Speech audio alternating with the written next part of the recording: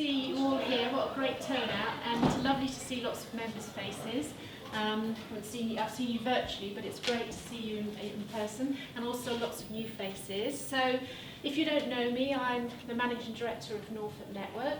We're a business membership organisation, and we bring together forward-thinking founders and directors of startups and SMEs, academic researchers from university and students, and consultants and self-employed, so people from all different backgrounds and disciplines, but with a common purpose that they want to build something. So they want to build themselves, they want to build their teams, and they want to build their businesses, really through peer support and through knowledge exchange like this today, sharing knowledge, sharing experiences, and also through building those important relationships. So I spend my time getting members to get active, to participate, to share their knowledge, giving them a speaker platform like these talks today, and also to get members discussing very important discussions.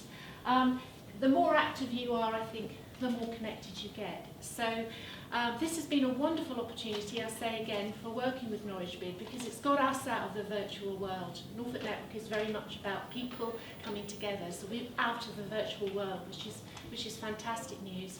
And I think this is speaker number 15, is that correct? So boy, we've had quite a journey. We started in February. Today I'm really excited to be introducing you to Josh. Josh, I think I first met you about 20 years ago, which is quite scary. Josh had graduated from UEA, and Josh had just started FX Home Startup Business, which is a video effects and creative software company. He was tremendously generous because I was doing some crazy events for schools and universities around future in digital for students. Do you remember that, Tom? and Josh came along with a green screen, and it was amazing times. So thank you for that. Now since then, Josh has really built up this business. And he's always been part of the movement, I think, for creating free creative software. And he's built a community of over 6 million content creators.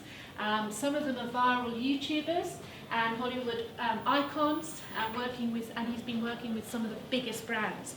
So last year, we had the wonderful news that FX Home had been acquired by Artlist, a global creative technology company, and that's massive for Norwich because it's going to really develop and attract creative talent to Norfolk. So it's pretty big. So today I've asked Josh to talk, and he's chosen why he puts people first. So would you like to take the floor?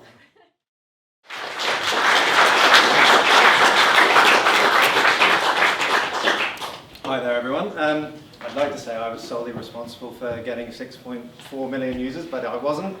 There's an amazing team of people behind all of it.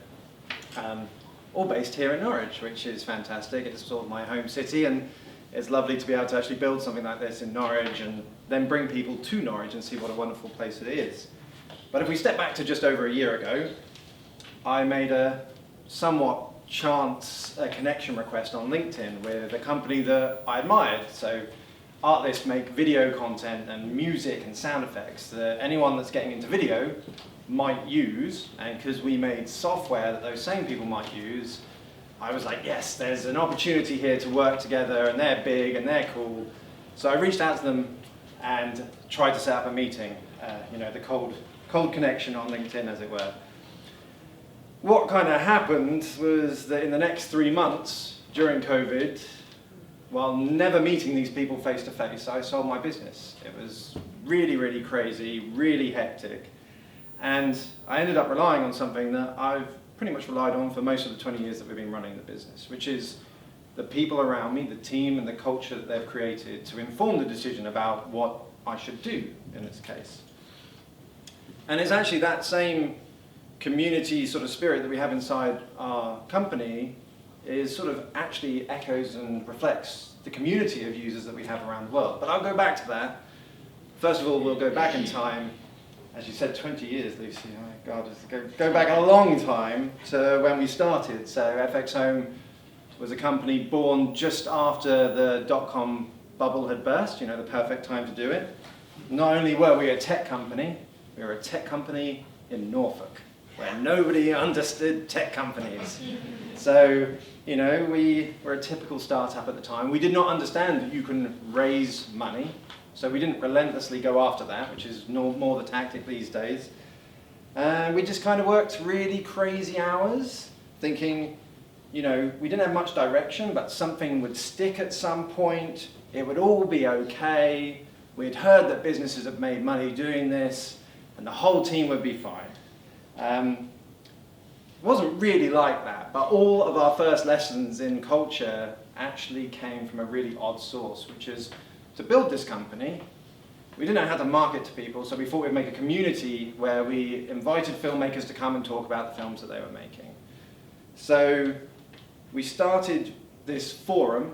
Do you still have internet forums these days? But an internet forum where kids would come, and they were all young, probably, teenagers, mainly men at the time, because filmmaking's a bit nerdy, and they had this shared passion for filmmaking and creating, but wildly and scarily different backgrounds. So you've got someone in Middle America talking to someone in France, talking to someone in Germany, talking to someone in the UK. They all share this love of filmmaking, but they basically detest every single other aspect of the human being that they're talking to.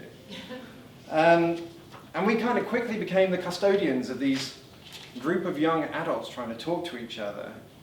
And they were arguing and they were learning, and kind of slowly they started self-moderating their experience. They started realizing that being extreme and not listening to people wasn't going to work if they were going to actually have someone critique their film.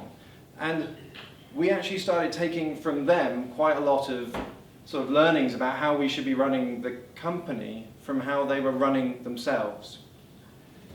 So there were other scarier lessons back then as well. So as I say, we were born just after the dot-com bubble had burst.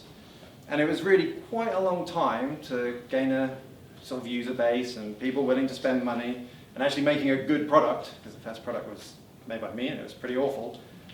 And we kind of got everything all put together. We had some money in the bank and we started building this new software product just in time for the recession to really kick in. It was a pretty terrible time.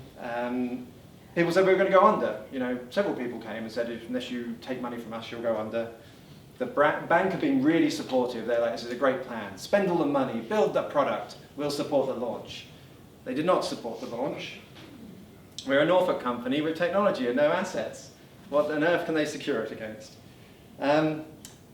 It was kind of around that release time that we had to count on the culture that we had already built in the team to stick together, that we were doing it for the right reasons. And miraculously, the community saw that in us still. And they came and they pre-ordered an unfinished product.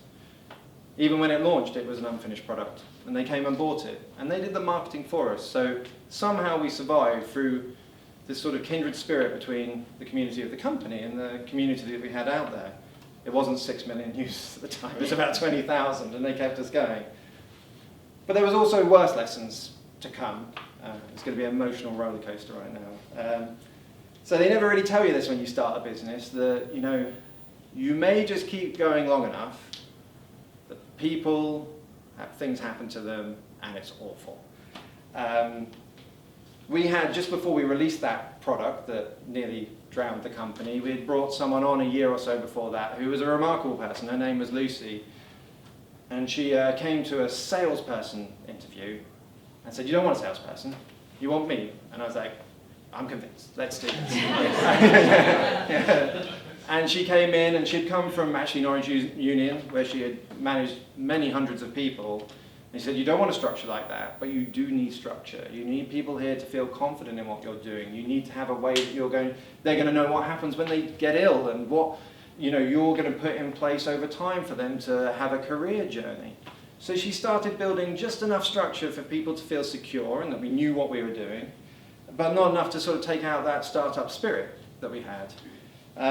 She became my mentor as well as my friend. She really did teach me a lot about how you look after people and interact with people, all the really important stuff about running a business. And then she died, which was absolutely devastating. She got cancer a couple of years after Hit Film came out, and she died. And again, it was the enhanced sort of culture of the company that she had built that kept us going. I was a terrible leader at this point. Like, I lost it completely. The person sitting opposite me in the office was not there anymore. To be honest, she was running in the business mostly anyway, and I was just sort of, you know, ideas, whatever that means. And if it wasn't for what she had instilled in the team and the way that they supported me through this, and then supported me finding the person that would come in and actually then replace Lucy, we wouldn't be here today. So many years later, in fact only a few years ago, when tragedy struck again, and one of the most, you know, instrumental people in the company, a very senior person, he died in an accident while travelling for work. It was the worst situation that we could possibly face at that point, but I knew everything would be okay. As bad as it was, the team stepped up to it. They took on the work that that person had been doing, they supported each other, and we got through an incredibly hard situation. And as I was saying earlier, by the time we got to COVID, I was like, what's this? This will be fine. This is nothing. But the team were miraculous again. At every step, we had people within the team who were junior supporting other members of the team that weren't junior. We had the leadership within the team was fantastic and was constantly trying to make sure that people were getting an even better experience than they had been just before, because we were always trying to improve. So let's skip past that and move on to the future. The challenges for the future, you know, we've now joined, we're only like 30 people, and we've joined this massive multinational company, investment-backed, all sorts of scary numbers that have many more zeros behind any of the ones that I ever saw. What lessons have we learned so far? We've had 65% staff growth since January, which for us, you know, that's fairly terrifying. Some of the new people are here today, which is great that they're here, and they're not heckling or anything, so it can't be too bad. So new people and growth is really important, but picking the right people is critical. The hiring process itself is really, really important, and one of the things I got scared about was like, oh, we're going to be hiring all these new people. How am I going to be involved in this? Am I going to be involved in every interview? I want to be, but should I be? Luckily, Artlist, sharing a lot of the cultural similarities with us, they gave me a mentor now, so I've got a mentor again, the first time since Lucy, although Tom's been a bit of a mentor of mine as well. They gave me the former COO and CEO of GoDaddy, and I was like, seems like a good mentor. He took them from 30 people to 3,000. And I said to him, what should I be doing? He's like, if it's under 300 or 400 people, you should be in every interview. I was. And it's like, oh, okay, well, this is good. It's, again, culture was that important to a company that grew at that scale and that fast. It can remain really important to us. So hire the right people, and the right team fit is really important, but also broaden your horizons. You know, you need to bring in new perspectives and new opportunities with these people. Don't just, you know, it's not just a reflection of you or the other people around there. Make some changes. Onboarding people is massively important, and we see this, and this is something we're struggling with now as we're growing. How can we sort of onboard people successfully? It's how they understand your team and your company and what you stand for. It can't be glossed over. You have to make the effort. People will leave, and it's actually quite a positive thing that people can leave, but how you deal with it is also critically important. The exit process should be just as well thought out as the onboarding process. This is a chance to learn, why are these people leaving? How can you make for a better experience for everyone else? And how can you just improve things going forward? A good culture will help people accept change. And I work in development where, you know, people don't like change very much at all. But if you have a good culture, it'll help them accept that change and help them actually grow from the change that they have. And from very early on, I sort of lived by the idea, which I don't know whose idea it definitely wasn't mine, of hiring people that were better than me. But over time, what's become really evident is that's just the start. You then need to actually help them grow and be better than they even are already. So why did we sell the company? I clearly loved it, I still do. So from right at the start, people have tried to buy the company. We've been very lucky, although most of those advances have been nonsense and rubbish. So a very, very well-known, maybe fruit-related tech company at one point wanted to buy the company, and the recruiter for that company then called me back at the weekend and said, don't do it. They'll chew you up and spit you out, and you haven't really got what it takes to live in the world that they will put you in, which is probably some very, very good advice. Although I do love said company, so if they're watching, at any point. Yeah. So other companies came and went, particularly when we're small, and they did the thing where they go, we're big, you're small. If you don't do this, you're an idiot. That was one tactic. The other one was like, we've looked at the numbers, you won't be here within a year, you need our support. Or, even better, here's a massive earn-out potential, which you will never achieve, but it looks like a massive number, so you should maybe take a punt on it. And these all really terrified me because none of them spoke about the things that I felt were really important. They didn't talk about our team, how our team would be treated, what the progression would be, how they would work within a team that already existed, how we could make a better product. They were all about numbers and legal things right from the start, which was awful. So this is where things with Artlist got interesting. So around the time that they started talking to us, which is just over a year ago, we had several people trying to buy us at the same time. Every call other than Artlist would start with an important person, you're lucky if you got the CEO, but a fairly important person saying, hey, and then they'd read off the script, Josh, I'm told your software hit film is really first rate and we should work together, we should maybe even buy you. It was very much the classic LinkedIn approach, which we all get like, oh, I really love your website, it's got a great UX experience. We want to recruit people for you, I don't know. It was very much that. The money and all of that stuff was always wrapped up in some awful conversation where they actually then belittled what you did.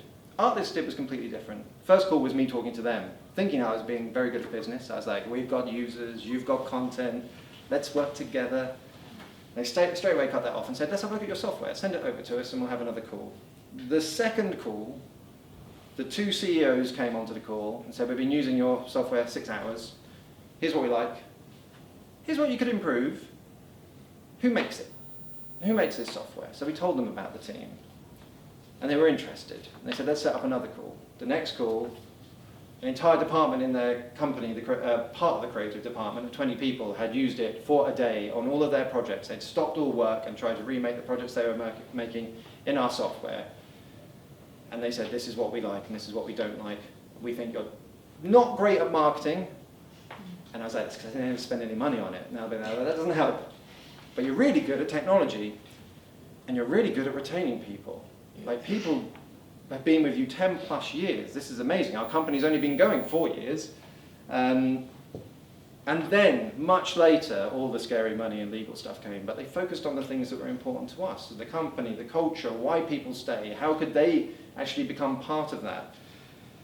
And as much as I loved FX Home, I could only take it so far. We have a really talented team, world-class developers, people willing to learn. We've got Avi at the back here, he's one of them. He's got his Artlist cap on, there you go. But we've got lots of excellent people. But their ability to progress and take their careers to the next level with our small FX Home company, with our small means, was only going to go so far. We really wanted to offer them more, and Artlist wanted to offer them more too. I know a lot of people who have had their companies acquired by much larger companies, and their experience seemed to vary from terrible to not so terrible. But we are better than all of that. I would say we have a great relationship. There's obviously complicated things to work out, but we are in the thick of it, we are learning with them, and it has a really good cultural fit. And last of all, if I still have time, I'm going to just go into culture a bit more, because, as if I haven't beaten that over the head so far. But I feel it's really important to live the culture and bring it into every decision that you make. It can't be kicked down the road. So if you're starting a company now, think about the culture from the start. You won't be able to do everything that you want to do from the start, but have it in the back of your mind so it can inform the decisions as you go forward, so you don't make the wrong ones and then try and fix it later on. without situations, like COVID and acquisitions, those have come up lately and they're impossible to navigate if you're also trying to work out how you're going to bring people on board because people aren't necessarily on board with what you're doing already. We can't predict these things, they're going to come up, so get your culture sorted. For smaller companies, the appetite for global investment in tech has already completely swung from the idea of you just relentlessly grow through to sustainability and a business model that actually works and can be profitable. So again, they're looking for the culture to be right within the company that people aren't going to leave. Be really honest and transparent with communication. Everyone is an adult and they deserve to be treated like that. If they understand the goals, because you communicate them well enough, they can get on board or they can give you some input. Maybe you can improve the plan with their help. Have a great structure and fair policies. I think loads of small companies don't really focus on this at all. Having fair policies in place. You can look at the big companies around. They often say what their policies are on their website. Yes, you may not be able to offer dental and all the different perks that they've got, but you can offer good structure and policies to the kind of questions that will come up when you employ people. Give people autonomy and confidence so that they can make mistakes and learn to grow. Nobody thrives in fear of making mistakes. Support them so they can be better and you can be better too. And always remember that you can't buy trust and loyalty. It's a two-way street between you and the person that you're working with. It isn't just earned because you're someone's boss. In fact, probably you have to work a bit harder, if anything. A culture at times can be really hard to maintain. It can take loads and loads of effort. There are times, and there are people, and there are incidents where you will feel like it is just not worth it. It's not worth it. But building and maintaining a great culture is infinitely easier than fixing a broken one. There's sometimes no way back, no matter what you try. So, to end with, I was recently asked how I felt about the company not being mine anymore. Someone was quite direct. They said, you've given up your baby, you haven't got it anymore. How do you feel about it? Aren't you sorry or upset? So I actually, unlike normal, I took a whole weekend to think about this one. And I came back to them and said, you know what? I work for exactly the same people. The people that are in the office beside me, that I see every day. I still work for the same people. I just happen to have some people in Tel Aviv as well. And I love these people. They're great. And hopefully that would be the same response that you get from anyone that works at FX Home. So, thank you very much for listening to me.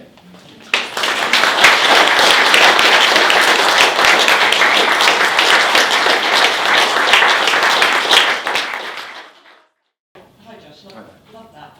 So you talk about the culture over 20 years. I'd love to know, and there are a couple of aspects of that culture that you've really relied on that haven't changed.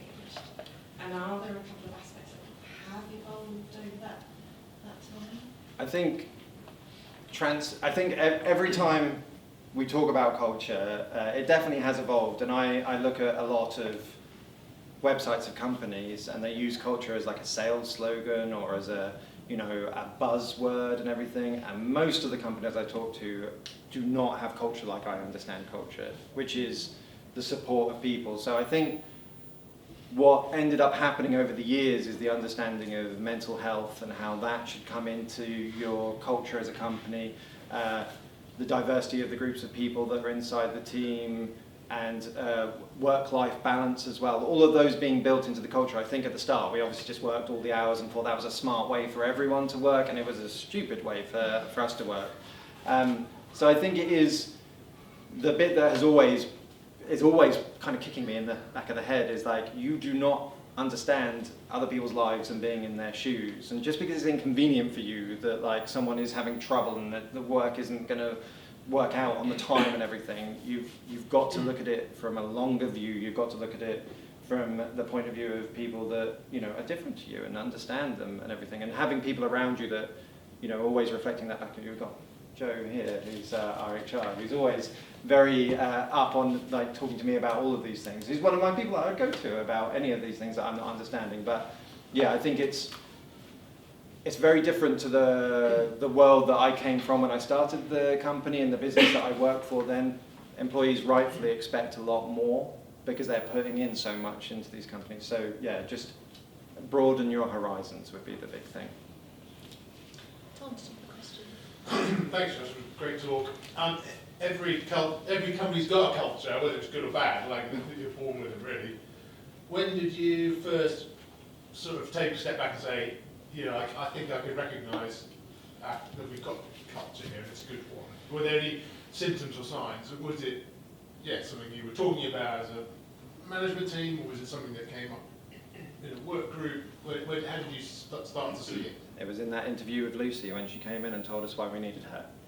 Because she could recognise it, because we were like 5 people just, you know, mucking about trying to make something, and she came in and said, you know, this is what's good and this is what's bad, and this is what's going to happen when you try and employ more people, and this is why structure is good, and this is why these things you haven't thought about are important.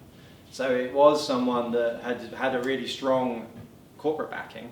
That grey hair in the room, she didn't have grey hair, but like, you know, the grey hair in the room aspect, but she could take a modern sort of startup take on it. She wasn't just coming in and being like, right, we're going to put loads of like policies in place and everything like that. And that was the time that I noticed that there was a culture, and potentially that it needed to change. It was very like boys making software culture, which is not necessarily, as I said earlier, being inclusive and looking around at different people and the opportunities they can bring. I was definitely looking for other boys that make software at that point. So yeah, I think that would probably be the time when it became really apparent that I knew nothing. When the many times it's become apparent I don't know anything. I was going to ask, who are your main influences in producing this company culture in the first place? I think you just answered that. So I suppose really it was what has influenced you to sustain that culture? What's given you the confidence to sustain that culture when you might see other companies going under or anything like that? You might be like, well, this culture might cost us something. So what's influenced you to sustain?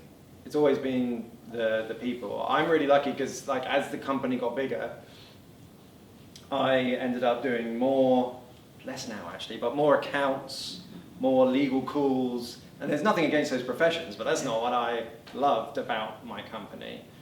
But as we grew and there was more people there and they're passionate about what they're doing, I could go and look at their screen and go, hang on, not only is this something that I really like and is really cool, they're doing it much better than I can do it as well. So like it was that excitement to facilitate people being awesome rather than anything else that meant that we had to keep it going. And all of the people in the company, I think what we've always seen is the more time we spend looking at the different personality types, mental health stuff, team activities, and again, Amy is responsible for a lot of our social activities, and she's here in the audience as well. The more time that we spend looking at that, the more pleasure people can take from their work. It's not, again, that everyone has the happiest day every single day and everything is rosy and everything, but they can take more pleasure from their work and they can concentrate on it more and they can find their place. So I think that has always been what it was.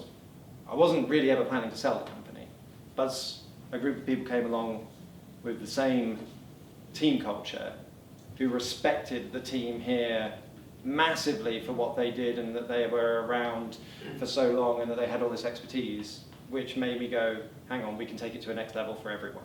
So. Hi there, thanks Josh for the talks. I just wondered whether there's any correlation there in my being a sort of geeky bloke starting out coding and your culture and your company and the open source movement, which is a big theme in IT and across all the sort of IT industries. Yeah. And that collaboration, even though we're sort of all like geeks, if you like, whether you're a man or a woman, and whether that is a significant part of it and whether it's a driving force behind that sort of culture. I think it can be. I think the problem that, like, we use loads of open source stuff, obviously, it's the backbone of a lot of the technology that we use. I think there's always this hard point between the really great place that open source can be, which is we will just make the thing that is perfect, versus the interesting interplay of when it has to become commercial. And it's like, we will make the thing that's perfect for the right amount of people that are going to be able to buy the thing so that we can pay people's wages and stuff like that. So, like, obviously all developers have huge respect for the open source community and the expertise there, and we all rely on it. Otherwise, we wouldn't all have computers and phones. But I think there's a lot of the same spirit there. Looking at all our devs, they're all very, very competent high-end devs that learn multiple languages and everything. So they're very much into open source, but at the same time, they have to buy a house. So we end up being that interplay in between. But yeah, I think, you know, the same culture of developers is always there, which is maybe a little bit different to some of the more the newer development practices that there are, but we're old school, so yeah. I'm interested to know what you think the one thing is that you do that sets your company's culture aside from others, and if that was one of the things that you and Lucy first identified as wanting to make part of the culture. That's a very good question. I think the problem is that every single company would list the things that are great about their culture, and they would basically all be the same thing. Just looking at tech companies here in Norwich, they would probably all say exactly the same thing, and we know that there's other awesome tech companies, and there may be other ones that aren't so fun to work for. I think a lot of it hopefully comes down to the kind of honesty that you can bring to the situation. I think Artlist as well are very keen that everybody understands the plan. The plan changes. I mean, that's the thing that's very different to FX Home. They pivot on because their planning is on a 3-monthly basis, and there's quite a lot of pivot inside of all of that. But then it is as clearly as you can to 360 people, conveyed to the entire team, warts and all, the problems, what's going on, can you help with it? And I think, you know, there is no shying away from the coalface, as it were, of all the stuff that we're trying to get done as a team, that we're going to fail at lots of it, that we're going to try and improve from that. So I think there is very sort of a warts and all aspect to it, and I think there has to be. You know, when people come in and you're like, oh, it's great, we all go out on Fridays, we get a drink and everything. It's like, well, that's nice and everything, but what's it like when it's bad? Because there will always be tough times. We're about to go through some economic things that are a little less positive than they have been lately. What's going to happen to the company then? Have you overgrown? Are you going to lose people? If you are going to lose people, how's that going to be? Is it going to be treated fairly? You know, I think everyone in our team knows that that isn't a trajectory we're on, but if we were, we would be treating people fairly and we would do right by them so they can feel confident no matter what the future is.